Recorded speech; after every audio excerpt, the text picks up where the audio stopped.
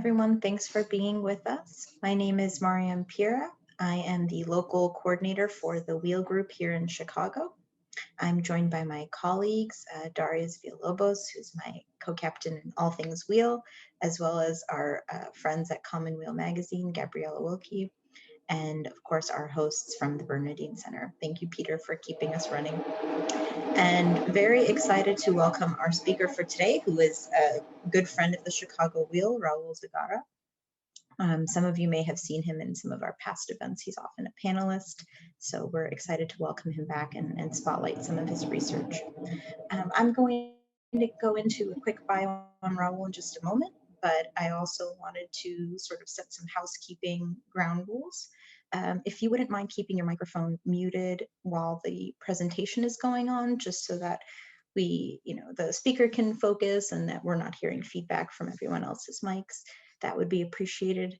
But we would love you to participate. In fact, we actively encourage it. Please feel free to use the chat, make comments, raise questions. We'll be monitoring as the program goes on and sort of rotate between taking questions live and on the chat. So please feel free to share links, thoughts, comments, anything. We love to hear from you. And then at the end of the program, we will open it up for Q&A, and we'll invite you to either unmute your mic and speak live. We would ask if you are able to share your video at that time. It's just easier to see one another as we share and discuss. So with that, I'm going to give a brief introduction for our speaker today.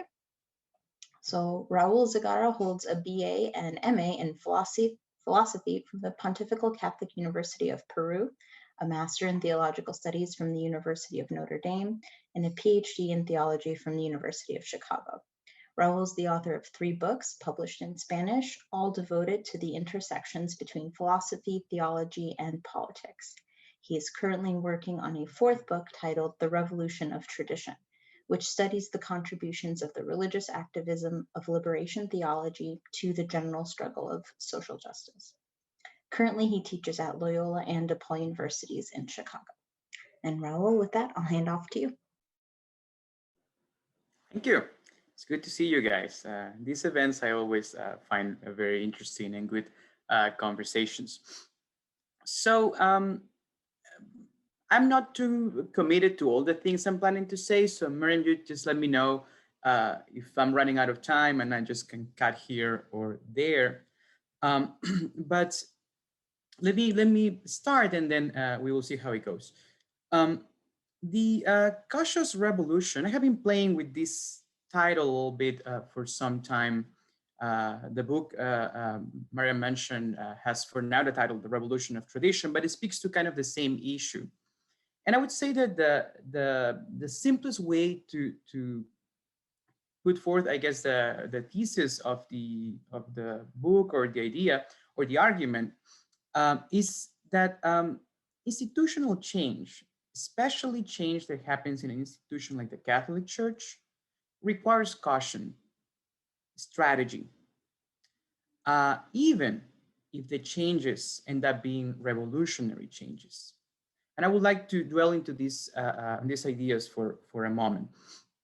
And I would like to submit that what liberation theology has done over the decades is precisely a good example of this kind of institutional change that was revolutionary and lasting, but took a lot of cautiousness and strategy to be accomplished. So a brief sense of the structure of these remarks of mine. I'm going to start with a couple of stories. 2 women from my country, Peru, that are connected to liberation theology in some ways, but they're not theologians themselves, which I find interesting. And this is just to show that change, effective change, especially in the context of the church, is something that is easier to accomplish when it is perceived and experienced actually by those who are producing this change as not merely a political stance, as not merely about progressive politics, but it's actually something that's integrated wisely, cautiously, with the key tenets of, in this case, the Catholic faith. Then I'll move to some examples of concrete ways in which liberation theologians in Peru, especially Gustavo Gutierrez, work to produce change when the situation shifted from the initial enthusiasm of the 60s and 70s to basically 3 decades of major hostility. How do you produce change in those conditions? And I'll close with some reflections about what might be ahead of us. Okay, so let me start with my two stories. Um, so my first story is that of Pilar Cole. Cole was a laywoman, human rights lawyer, and activist in my home country, Peru. Cole is best known for her crucial role in establishing and leading the Office of Pastoral Work on Human Dignity. Inspired Vatican II and the Bishops' Conference of Medellin in 1968, this office was an effort to pay attention to the signs of the times and to take care of the needs of the poor and most vulnerable in Peru. Soon enough, however, the emergence of a repressive military junta in 1974 and the explosion of political unrest in the 80s and 90s made the work of Cole and her colleagues focus on the defense of human rights against the abuses of the state and the terrorism of Sendero Luminoso, the Shining Path, one of the most ruthless terrorist groups in recent history. What matters in this context for us is the way Cole reflects on the work and motivations of her human rights advocacy. Let me read a brief quote from her. The option for people's integral liberation demanded the mediation of a political and social project which was not identified with the kingdom of God without reservations.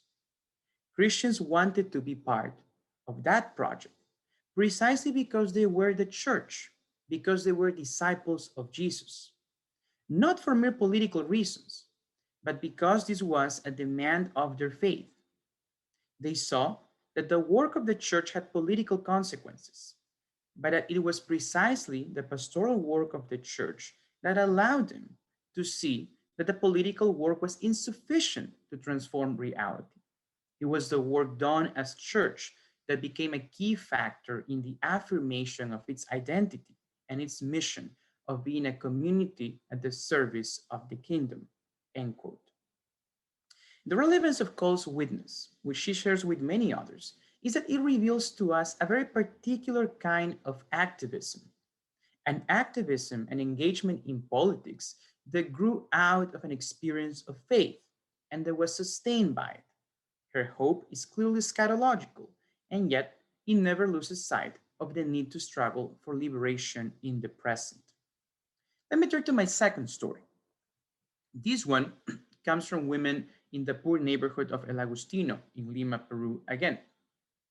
They organized themselves through Educational Services El Agustino, a foundation created by the faithful of their local parish in the late 1970s. Using this platform, these women created communal dining rooms, small banks to support entrepreneurs, childcare services, and many others. What I would like to note here is that all these services were explicitly developed trying to give an answer to a classic theological question: the relationship between the faith in a God of love and the experience of unjust suffering. These women believed that the first step was to accept that God loves us all, and that because of that, nobody should live in misery. Reflecting on her work at the organization and her spiritual journey, Ms. Rolinda Sosa shares, I think we all understand that there is a great deal about life that we do not understand. What am I working here instead of trying to get a job that pays more money? Why was I dedicating more and more of my time to the comedor without really knowing whether it was good or bad? Why am I Catholic, but I do not go to Mass? Why do I go to the church to cry and pray when I feel depressed? Why has my relationship with my children and my husband improved since I started working with these projects? Why do I feel closer to God than I ever have before? I think the answer lies in the fact that after years of fighting what I thought I should be doing, I have made myself available to Jesus. I am not perfect. I make many mistakes, but I keep on trying to hear the voice of God directing my work. End quote. So I said before that the title of this presentation is The Cautious Revolution, and it refers to the role that liberation theologians have had in the contemporary history of the Christian tradition, and more specifically, in the Christian understanding of the struggle for social justice. Liberation theology emerged almost simultaneously in the US and Latin America in the 1960s to put the cry of the marginalized at the center of the Christian faith. Moreover, it expanded over the years to include the concerns of women, the LGBTQ community, other species, and the environment. By reframing social justice in terms of a structural institutional reform, liberation theologies of all kinds and with their own distinct emphasis, Latin American, Black, feminist, and the like, radically transformed the Christian tradition by urging people to insert themselves in the political struggles for justice as Christians, as part of their spiritual journey to love God and the neighbor. In my work, I focus on Catholic Latin American liberation theology, particularly on the work of Peruvian theologian Gustavo Gutierrez and the communities of faith influenced by his contributions, as in the case of Pilar Cole and Relinda Sosa. I do so for several reasons, but one of them is what I call his revolutionary caution. In his work, the goal was never to break with the living river of the Christian tradition or the magisterium of the Catholic Church.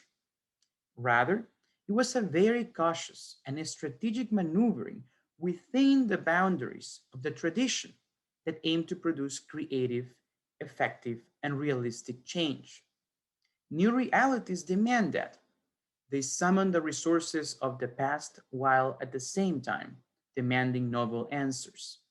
It is precisely this revolutionary caution and creative fidelity to the tradition what made liberation theology, especially Gutierrez's, such a powerful theological project. And I would like to turn to some of the more specific strategies that took place when we shifted from a context of great institutional support from the Catholic Church to a context of hostility, which I think shows precisely the value of discussion when you don't have anymore the initial support. Um, let's then talk briefly about Peru. And, the time of the Conference of Medellin in Colombia, 1968, a few years after the Second Vatican Council, this is a time of great enthusiasm about the possibilities of a church that is, more open to new developments, more capable of doing things. And it was for sure what happened in Peru in many ways. One of the examples is the work of Pilar Cole, who was at the beginning, at least, very much connected to the Catholic Church in Peru. But already in the late 70s, there is important backlash, not only in Peru, but in all Latin America. There is a perception of, these changes going too far, being too political, and, from the Vatican and also just specific bishops in the region start kind of adjusting things in a way that some of these new developments and new strategies to help the poor and organize them will be shut down. This becomes especially intense in the context of Peru in the 90s and really lasted until a couple of years ago when we had a new bishop in the city of Lima and others in other cities. And it is in this context where I think we see some of this caution revolution happening within the context of the Catholic Church. Gustavo Gutierrez and many of his colleagues in Peru, this is also true of others, as you probably know, in other areas of the region, Brazil, etc., were not allowed to teach theology in, universities sponsored by the church, were in many cases forbidden to say mass depending on which diocese was run by which bishop. Um, and really were not even able to gather for theological encounters depending on the diocese they were at. And Lima is the capital of Peru, and it's also one of the largest dioceses, and this was indeed the case. Now, it's interesting. I interviewed Gutierrez for some of my work some time ago. I would like to share a little quote from him. Um, and this is talking about the archbishop at the time. He really wanted to eliminate everything, he says with certain, exclamation tone. And he adds, it definitely was a struggle. Undoubtedly, there was suffering. He continues, we were on the edge. There were doubts about what to do next. And yet, they were able to persist. As he said, kind of jokingly, if you have ever heard him, he likes to joke a lot. He beat us, but did not kill us. But this, kind of more joking tone reflects a reality that for several decades, the situation was more than just adverse. And they were trying to figure out how to do things, how to keep working for the poor, how to keep producing ideas for this project in the context of hostility. Uh, and here's where one starts seeing that kind of revolution happen from within and with caution. One of the great advantages of what happened in Vatican II and in the Conference of Bishops in Medellin, Colombia in 68 is that liberation theology grew in significant groups of the episcopacy and among priests and theologians. So even though backlash started and was significant, there were also powerful allies in the structure of the church, and this was helpful. Helpful internationally, since the church is a global institution, but also helpful in the context of Peru, because there were other bishops that didn't share the same animosity that the Bishop of Lima and other regions did. So one of the things that was, for instance, important for the continuity of liberation theology in Peru was alliances with bishops in the periphery of Lima.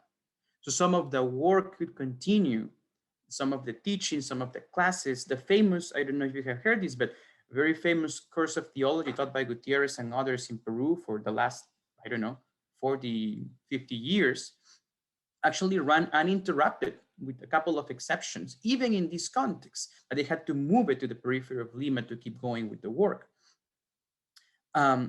As Gutierrez says also, this is a quote, we fought a battle from within. And this is very important for my point tonight, which is this awareness that there was something worth fighting for, and that to produce change in the context of this institution, that change had to happen from within, will imply a certain resistance and a lot of patience and hope. Um, but that's not the only thing. They started working in several, ways to keep these ideas and this commitment to the poor going. Another important element of this process is the foundation of several nonprofit organizations that were very much, within this framework of a church for the poor and liberation and commitment to social change, but not dependent on the ecclesial authority of the church. So they had freedom to do work without that kind of set of restrictions. In this context, it's very important to mention the establishment in 1974 of the Bartolomé de las Casas Institute in Lima, which was kind of the think tank for liberation theology in Peru, I would say, and it still is running. The advantage there was that you had an institution that was very much connected to the church, but not dependent on its authority. So you can, again, without breaking, you can find some freedom to do work. Another element, if you know anything about the trajectory of Gutierrez, of course, his most famous book is published in 1971. There is a follow-up book in 79, but most of the production happens in the times of hostility. And this is in many ways very conscious for Gutierrez because he saw, and many of his colleagues, not only in Peru, but in other areas of the region, thought that producing more theological work was a fundamental way to defend some of the key values of liberation theology, but also to refine them. So again, not just kind of trashing the institution, but instead entering a conversation with it through the publication of material that will refine ideas. But not only the more heavy theological work, but also popular press. That was a way to also share some of these ideas to wider audiences. In this context also, I mean, a bit earlier than the 90s I mentioned, but Gutierrez didn't get his doctorate actually until 1985. He was studying in France in the 50s. He returns to Peru in the 60s with the idea of finishing his dissertation, but he never does. And it is in this context of hostility, and at that time, the government of France had an option for like kind of consecrated intellectuals that you could present some of your already published work as your dissertation. And that's the context in which Gutierrez gets his doctoral degree in the University of Lyon.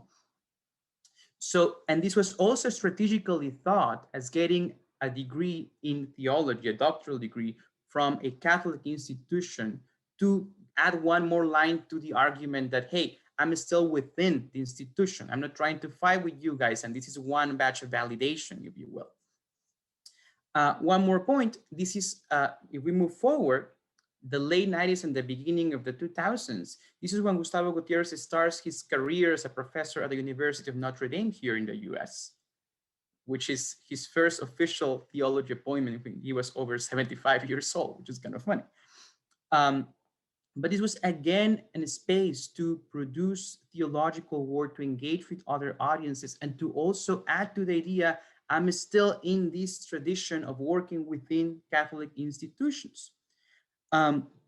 It was indeed an attempt to add legitimacy to the persona and the movement from within, as I mentioned before. And this may be a good context for a clarification, because there have been some scholars, especially of younger generations, that have seen in some of this movement toward the university, some scholars, including Gutierrez, a sort of bourgeoisification of liberation theology. And I think this is a mistake, a materially wrong assessment of the history of this movement. Because what happened really is that some of the migration to the university setting is directly connected to the hostility found in the other areas where they used to work, so that the insertion in the university becomes one area of growth and legitimacy. One aspect for sure, not the only one. And lastly, to close this section and bring the things to closure too, there is the long-standing dialogue with the magisterium of the church. Gutierrez gets, as Leonardo Boff and many others, certain reprehension from the Vatican, from, of course, Cardinal Ratzinger at the time. But one of the things that Gutierrez does is that he pursues the conversation, which, I mean, conversation is a gentle way to call it. It was not very conversational at the beginning. But the point is that instead of just saying, whatever, I'm not going to engage with this, this is too hostile, this is an attack, this is unfair, and it was. There is an attempt to go back and forth, and this back and forth lasted over 3 decades. But in the early 2000s, as some of you may know, there is a sort of official document, is a text called, I think, the option for the poor and the ecclesial koinonia or something like that, which is a document that is sort of the end of this debate. The theology of Gustavo Gutierrez is sound Catholic theology, etc., etc. But again, this is something that happens in conversation with the prosecutor turned later Pope, a Pope who in 2007, in the Conference of Bishops of Aparecida in Brazil, not only shifts from his very critical stance of liberation theologians, but gives this famous speech where he actually stresses the importance of a preferential option for the poor for the magisterium of the church and Latin American church in particular. Um, and well, how are we doing with time, Miriam? Um, well, let me say something else since I have focused mostly on the theologians and Gutierrez. Maybe just add a piece of how was this also working at the lay level. And I'm going to read a brief quote from a colleague of Gutierrez, also a professor in Peru, but a person who was very active in the early years, to give you a sense also of some of the things I wanted to suggest with my first two stories at the beginning. This is Javier Iguinez, a professor of economics in Peru. I quote, "We experience great unity between our political and Christian identities, especially in the early years. But some of the nuances he has, I find very important. We combine commitment, prayer, and theological reflection. The central issue was that our Christian commitment must have relevance in our social life. The openness of our Christian commitment was disconcerting for some on the left. They had trouble understanding that we were not interested in taking over political power. The work of Gustavo Gutierrez was key in this regard, says Iguinez, opening really new possibilities. Thus, we avoided oversimplifications, theological or sociological. By reading social reality from the perspective of the Bible, we were able to see the poor in more complex ways than Marxists and without political instrumentalization, end quote. I take this to be a very important quote, and it's representative of many others people I interviewed in the past for my own work, because there's this misconception among many critics of liberation theology that there was this sort of obvious sense that all these people were Marxists and they just added some religious color to their political leanings. And this is just false. And it's very clear when one sees the internal disputes of the left in Latin America, especially in Peru, but not only, how the Christians, the Catholics, who were left leaning, had a very different orientation in the way they thought about power and distribution of wealth, with a more humanistic stance, not for violence, clearly. And also, as Iguinez says in the end of the quote, without instrumentalizing people to accomplish certain political orthodoxy. And I think this is very important. So let me just move to the very end of this presentation, and then we just take it whatever way we want. Obviously, things have changed since the 60s and the 90s and stuff like that. And the change, I would argue, as with all change, comes with certain ambiguity. And I think that's something worth paying attention to. The years of hostility in Peru toward liberation theology that really lasted, and this is interesting information, by the way, until I think 2 years ago, when the Archbishop of Lima is actually a very good friend of Gutierrez and somebody who was formed in the tradition of liberation theology, was appointed by Francis, I think, 2, 3 years ago.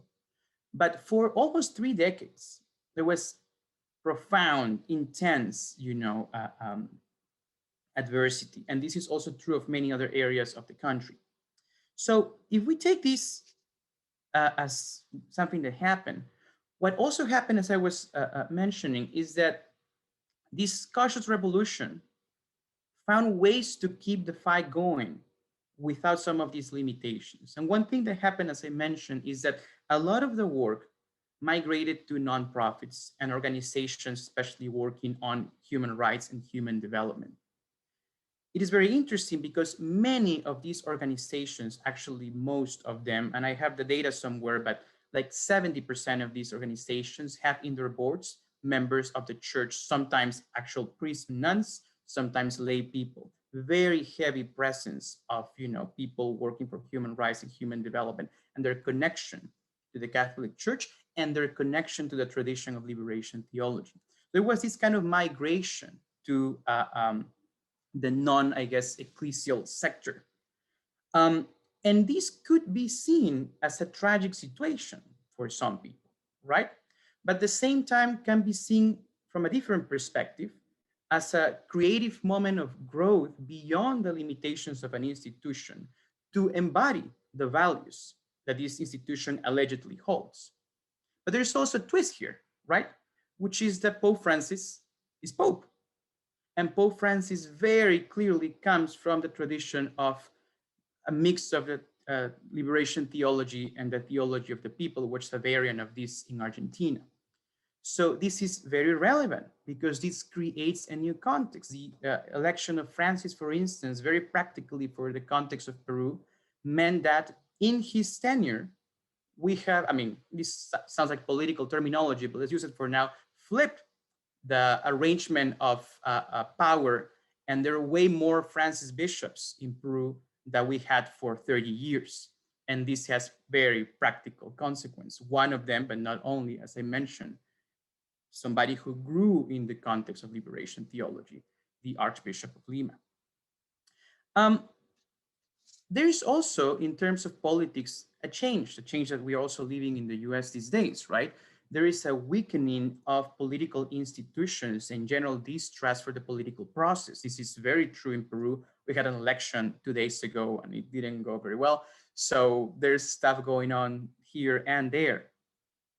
Um, and this has also led liberation theologians, people connected to the movement of liberation theology, to kind of move from the grand scale idea of change that they had in the 60s and 70s to sort of more micro change, more narrow focus understanding of what can be done. And this also coming with a different stance toward capitalism and what capitalism, if it's well regulated, can accomplish. But it's also ambiguous because we don't really know how this is going to play out. Is the weakening of political institutions and political parties an opening for something new, positive, or is just the possibility of new, authoritarian leaders that just, try to move the emotions of the people? What remains true is that these people connected to liberation theology and the churches keep organizing and mobilizing, trying to produce change, not unlike what we saw in Georgia very recently. Um, Lastly, there is, of course, the pending task of things that have to be addressed in the context of institution of the church: role of women, the LGBTQ community, issues of race, and so on. The question of women is particularly difficult because of certain theological commitments of the Catholic Church that I would argue require revision. But regardless, here one has to pose the question: can we wait? Can we be the cautious revolutionaries that Gutierrez and his peers were for several decades? I mean, it paid off for them in many ways. You know, Gutierrez is 93 years old, is going to be 94, I believe, soon.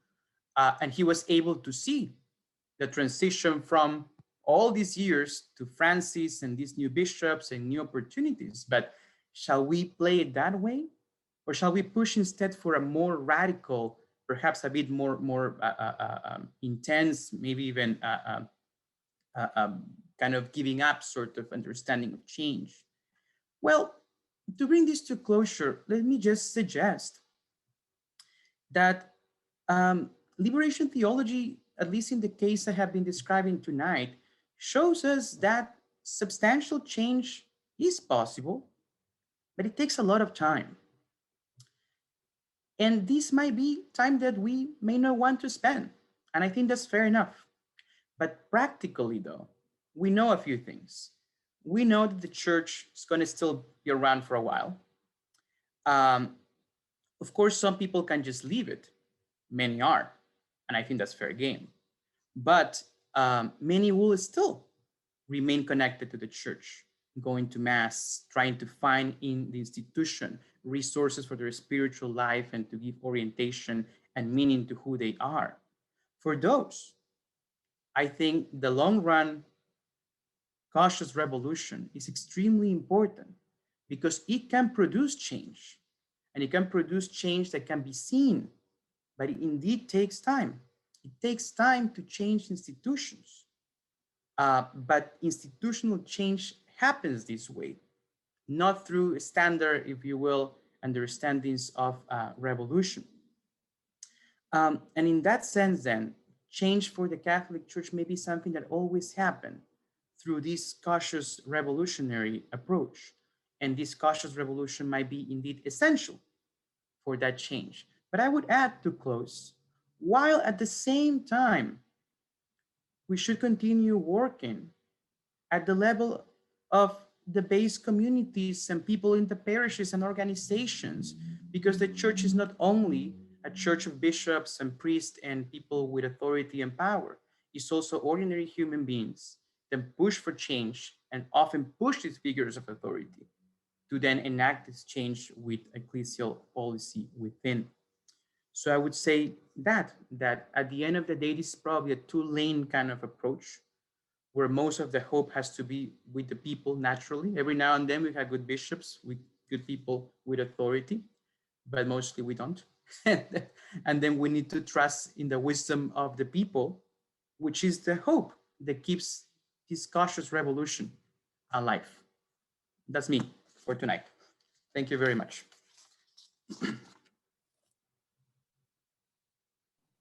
Thank you, Raul. That was wonderful. That was very, very simultaneously entertaining and enlightening. So thank you. Well, friends, I'm happy to open it up and sort of facilitate Q&A. We will invite you to raise your hand, unmute yourself and just start speaking, or post a question in the chat, whichever avenue is most conducive for you. Give it a second. If not, I'll just monopolize the conversation. Talk to Raul.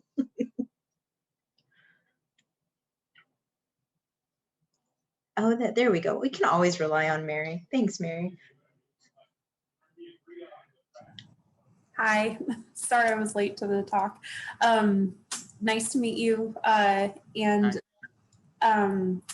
something you said, so like I love this stuff fascinates me. One thing you had said about the orientation of Latin Americans who would consider themselves, I guess, sort of like left progressive or whatever, and you used the term Marxist. It's a term that I have seen and I've thought a lot about. So I have a background in Russian studies, so Lenin or Leninist Marxism is, you know, that particular strain of Marxist thought.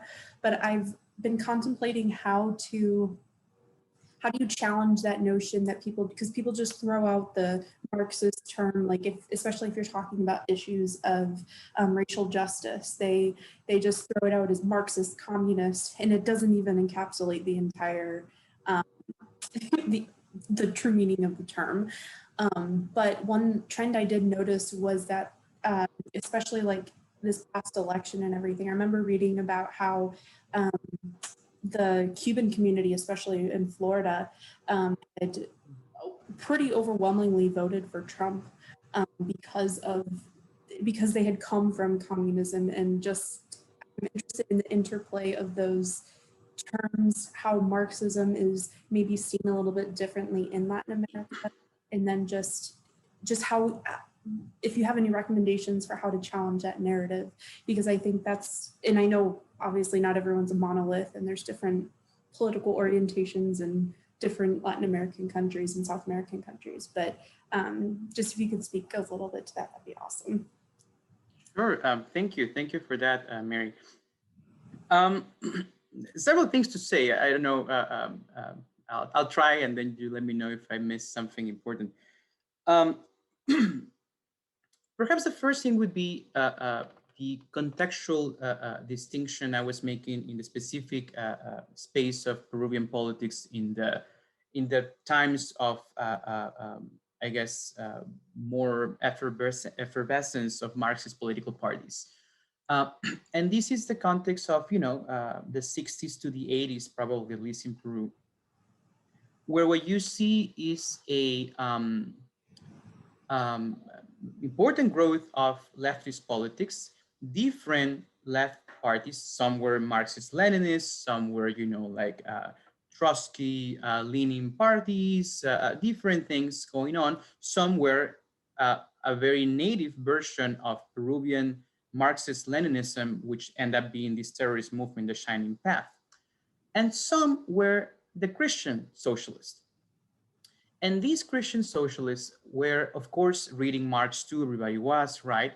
But they had, of course, the influence of their Christian values and their Christian faith. And this is why Gutierrez and the theologians, they were very important, and were actually very important in Latin America, because they became mediating figures, producing an articulation of politics and religion that didn't have to look like Orthodox Marxism, especially the more violent leaning parts of those parties. So that was, I guess, the initial context of those reflections, in the sense that in that context, it was very important for the Christian socialists to distinguish themselves from these other parties, because they held different beliefs, right? They didn't believe the religion, was the opium of the people, or not necessarily, at least. They didn't believe that in historical materialism. They didn't believe in a series of things that make them different. And one more important thing in the specific case of Peru is that some of these parties, the Marxist parties, then sided with the terrorist movement, right? Not all, but some. And this becomes then a fundamental division between the, let's say, religious left and atheist left, some of which, I'm not saying that, of course, atheism has to lead you to terrorism, nothing like that, but it became a division. And this is the context of those reflections. Now, to the example you gave about Cuba, this also has to do with the way the project unfolds over the years, right? Because when the Cuban Revolution happens, this is a moment of great enthusiasm in Latin America, right? But the more authoritarian the regime becomes, and the more unwilling to emphasize other forms of freedoms other than healthcare and stuff like that, then also divisions emerge. And also we need to remember that not all, but many of the Cuban and also Venezuelan immigrants that live in Miami, for instance, are wealthier people who migrated when they had a chance, and they saw some of their property and their wealth affected. Not all, of course, but some are. And this is very influential in the reaction toward what happened in Cuba and later in Venezuela. But those are some initial thoughts, but feel free to let me know if I missed something that was important.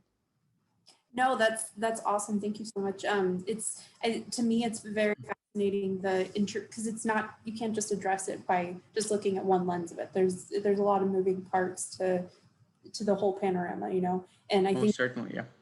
Yeah, and I think that I would like your point a lot about how Christian socialists needed to distinguish themselves. I took a couple of liberation theology classes in college, like many years ago, but that was always something that fascinated me.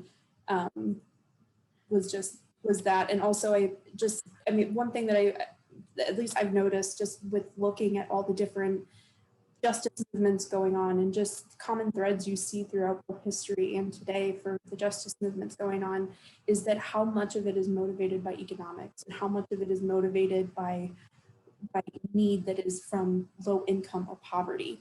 And just thinking about things from that perspective is like when people feel desperate or in fear. So I don't know, just some, I could talk about this all day, but. Well, let me say one more thing. And I actually am seeing something in my notes that I would like to ask you about, because I think I missed something important in your initial question. But what I wanted to say before that is that Gutierrez has a very nice way to summarize his differences with, the Marxist parties of the time. And he had many friends there. And I also have many friends in these groups too, right? Because there were many things that were shared, but also many differences, right? And one of the ways he puts it is very simple. He said, well, we do believe that religion can be liberating and, a saving experience. And we do believe that, we can find in religion liberation instead of the more orthodoxalist approach for which religion is inherently part of the problem, right? But you said, Mary, something, and I have a note, but I don't know where you were going with that. I think I missed it, about racial justice. Mm-hmm. Can you maybe return to that for a second? Yeah, sure. So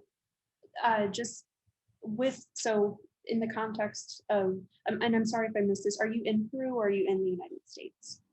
I'm in the US right now, yeah. You're in the US, okay. So just with the context of everything that happened last summer, and just, I mean, I just like devoured like all these racial justice testimonies, issues, etc.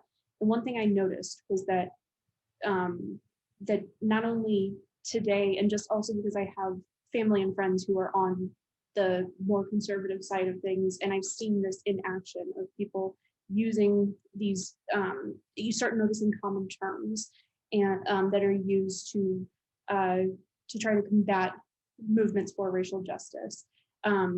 There's like, it's almost like certain trigger words or something, and it's like your Dog whistles, Mary. What? They're dog whistles. Dog whistles, that's the word. Yeah, thanks.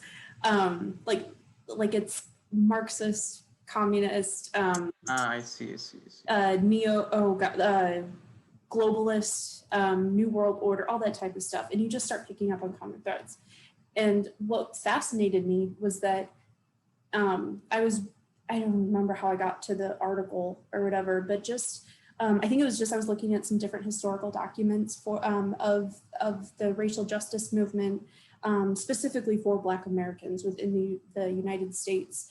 And it was fascinating to me looking at articles from the South, especially during the 1950s, that those exact terms were used then as well, to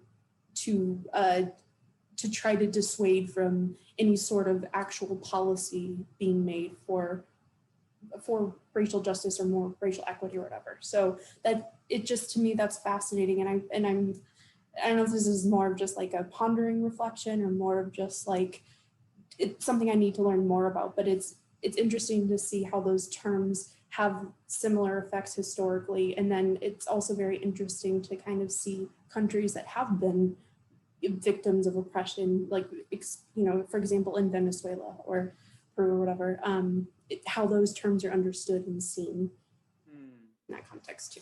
That's very interesting. Now, I'll make a quick comment so we can also chat with the rest, but I think all this is very, very interesting. No, but this is good. This is good stuff. So, you know,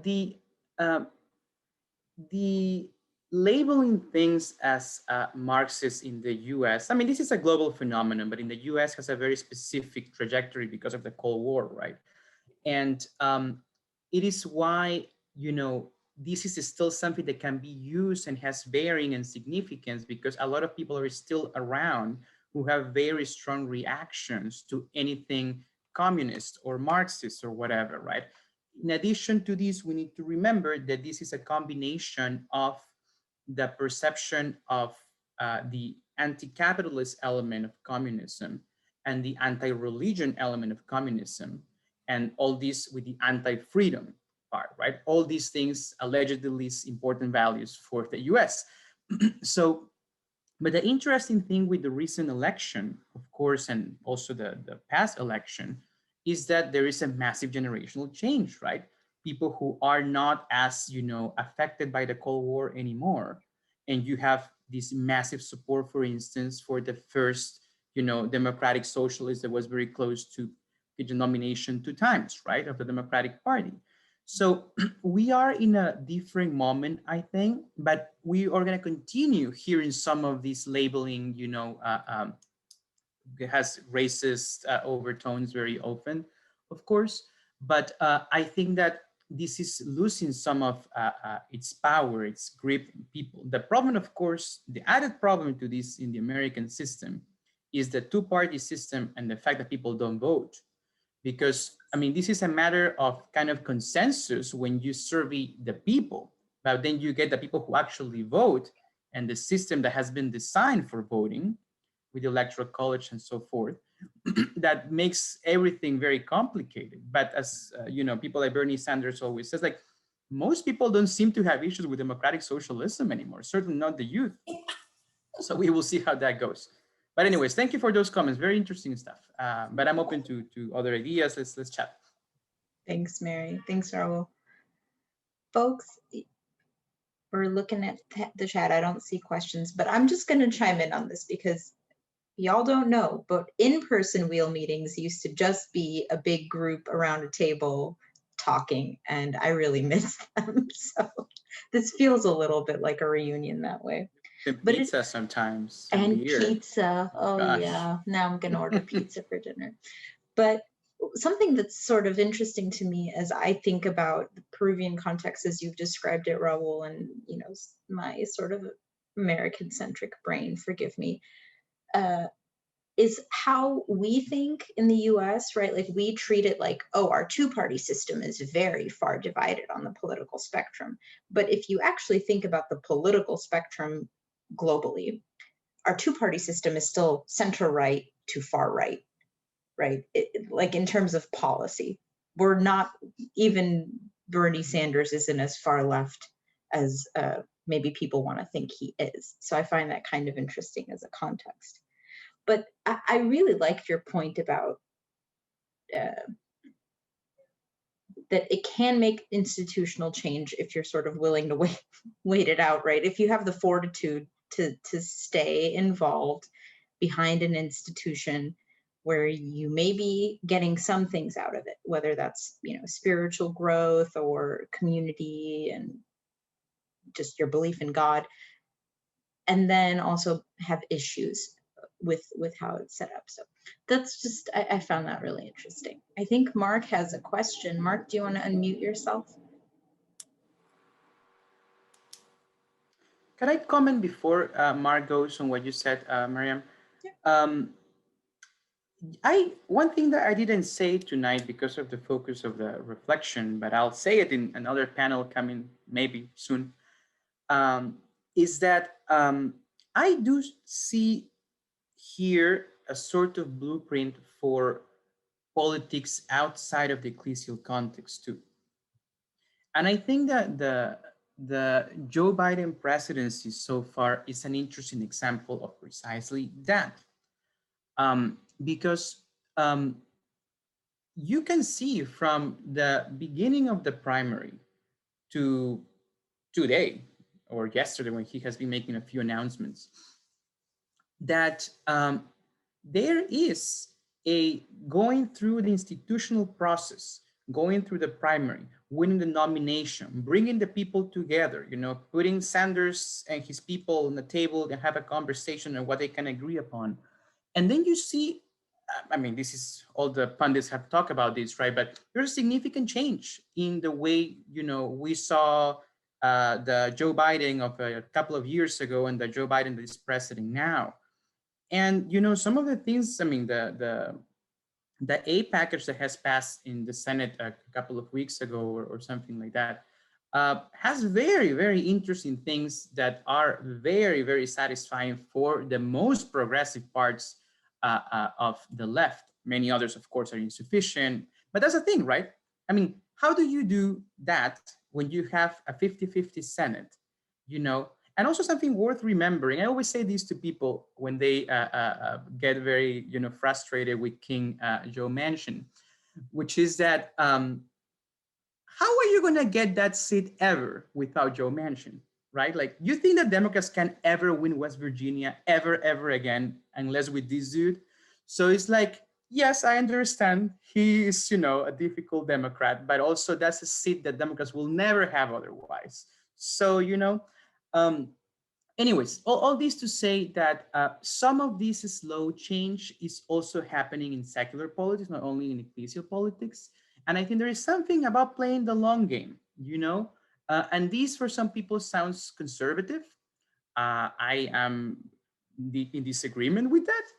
To me, it's just realistic change. You can have a lot of ideals and push hard, but at the end of the day, there is votes that have to take place, tables where you have to sit and have conversations, and that's how it goes. But sorry, Mark, you were about to say something.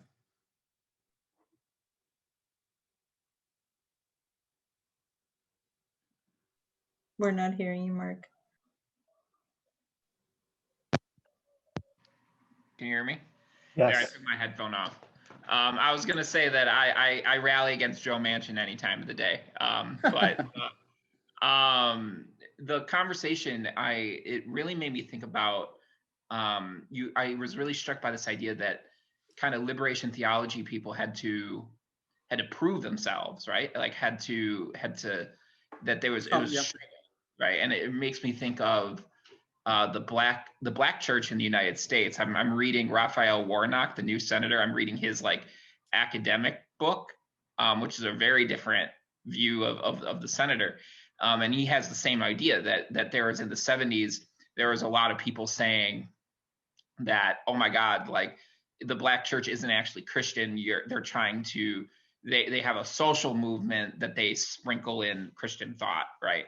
And I feel that often is on some level what I hear when it comes to liberation theology. So that came to mind. I guess that wasn't really a question, but more of a comment in the classic academic way of saying things there. But the second thing I have is I was thinking about if you have anything more to say about liberation. I wanted to ask you to push you a little bit more on liberation theology's reception in the United States in the coming years, specifically in the Catholic space, because it has been a right-wing turn that this is like, I don't have charts or evidence, but just from hearing of upcoming seminarians who's being attracted to the priesthood, people who are in the rectories right now, who's in the bishop's hats. That's a weird way to say that, but you know what I'm trying to say. What would be, if you have any thoughts on the future of liberation theology in the United States in, let's say, the next 10, 15 years? Sure, great ideas. So one thing I mentioned in passing in this talk is that Black liberation theology and Latin American liberation theology, at least the canonical texts of both traditions, are basically published at the same time. James Cone publishes his first important piece in 1969, Gutierrez in 71, so and also independently, which is important. But both are doing the same, very interestingly. And there is a fantastic book that tracks kind of the genesis of Black liberation theology, but this scholar called Gerard Gilmer, Black Religion and Black Radicalism, the canonical text on the Black Church of Black Theology. I think was published in 1995 or something like that. But these texts, and there are similar texts for the case of Latin American liberation theology, tracked a movement, a social movement. There is this effervescence, right? Civil rights, other stuff similar in Peru, in Latin America. And then there is also all these Christians who are feeling very enthusiastic about all these things, right? But there is also all this confusion. Oh, these are just, Marxists. These are just, people who have political leanings but don't have faith and all that. What you were saying, you have to prove yourself. That's one way to put it. I would say have something different. You have to articulate the confusion in an organized set of ideas. And I think that's what Cone did for Black liberation theology and Gutierrez did for Latin American liberation theology. They organize a set of intuitions and sometimes confusions in a very, orderly project that gave people, and it's interesting, right? Because this sounds like, oh, well, this is academic stuff. No, this actually gave people the orderly ideas to keep pushing for change with more confidence and entitlement that we're doing that with the resources of their faith in mind. And I think that's very, very important. And of course, Warnock comes from that school of thought. I actually think that Warnock studied with Cone, I'm pretty sure. I learned that today. He was his PhD advisor. There you go.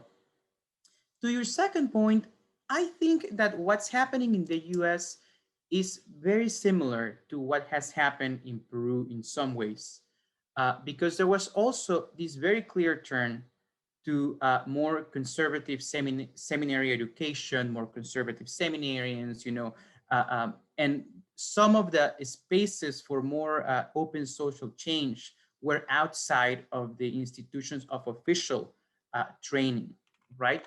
It is also true that many young people who are not in training have some of these conservative leanings. But I think that there is also just a very clear sense of the general influence of liberation theology or liberationist ideas that quickly connected with racial issues, feminist issues, the LGBT community apply, and many things like that.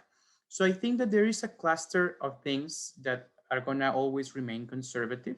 And also we are seeing the shift of bishops, right? This is also changing. We have a new bishop in our diocese here in Chicago, and there's others in several other areas, bishops who are more in the line of Pope Francis, that will produce some of that, I would say, cautious revolution from within. Not much more than that, obviously, but that's the slow change I think that we're going to be seeing over time. That's my guess on that, Mark. Thanks for that, Raul, and thanks for the question, Mark. Peter, you posted leadership, right? It's so interesting to see how that determines so many other things. It's almost like it matters. Also, in addition to leadership, though, like I feel like something that's marked our particular context has been not just like this kind of switching out to bishops or seminarians who are maybe way further away from liberation thought, but also just like a general, like especially among younger people, kind of a wariness or being turned away from being part of institutions, which is kind of like you had said, like in that period, like education, like academic institutions, as well as these kind of nonprofit organizations were ways people could still keep doing that work, even if it wasn't reflected in like the church hierarchy. So I was just kind of curious if there were kind of analogs in your research that you found of those institutions being able to kind of get that support, or if there was a similar type of like crisis of faith in institutions at that time that we could probably refer back to as source material for thinking about how we can make people feel connected to institutions that are doing the good work, and keeping those thoughts alive. Well, this is very interesting, right? Because I am kind of, I guess it depends on how we define institutions, right? That will be a good starting point. I like to define institutions in a bit more loose way. And an example I always use with my students, and I think it's a relevant example in this context, is the notion of being spiritual but not religious, right?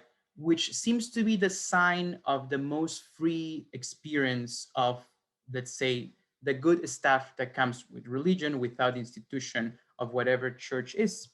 But the funny thing about that is that being spiritual but not religious is an institution in itself that is as long as the history of the church, right? This is something that was detected, for instance, by the theologian Ernst Troeltsch in his very famous book, The Social Teachings of the Christian Churches.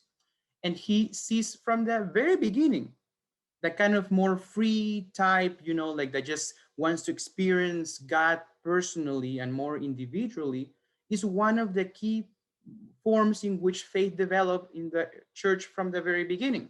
These were outsiders in a context where, churches and empires and all that were connected, right? But this is just to say, and I don't want to make too much out of this point, but there is a point here, just to say that we cannot live without institutions. Even when we think that we are outside of institutions, we are participating of some form of them, because at the end of the day, what institutions are forms of mediation, right? So being spiritual but not religious is something that we also learn. There are ways to do it. There are forms of meditation. There are certain practices that are already somewhat established to find spiritual meaning outside of the formal institution of the church. So I will start with that to say that institutions are inescapable. Now, when we're talking about the concrete institution of the Catholic Church, well, there is a crisis of legitimacy. Very good crisis and fair crisis of legitimacy, because people in positions of authority especially, but not only, have acted in ways that are at least, to say the least, regrettable. So this is one of those situations where you need to regain moral ground. And I would argue that you don't gain moral ground the way the Conference of Bishops is behaving these days in the US, right? The way you gain moral ground, by the way, not the only way, but to give an analogous example, is the way the bishops of Chile and Peru and others were acting in the times of dictatorship with Pinochet and other people, right?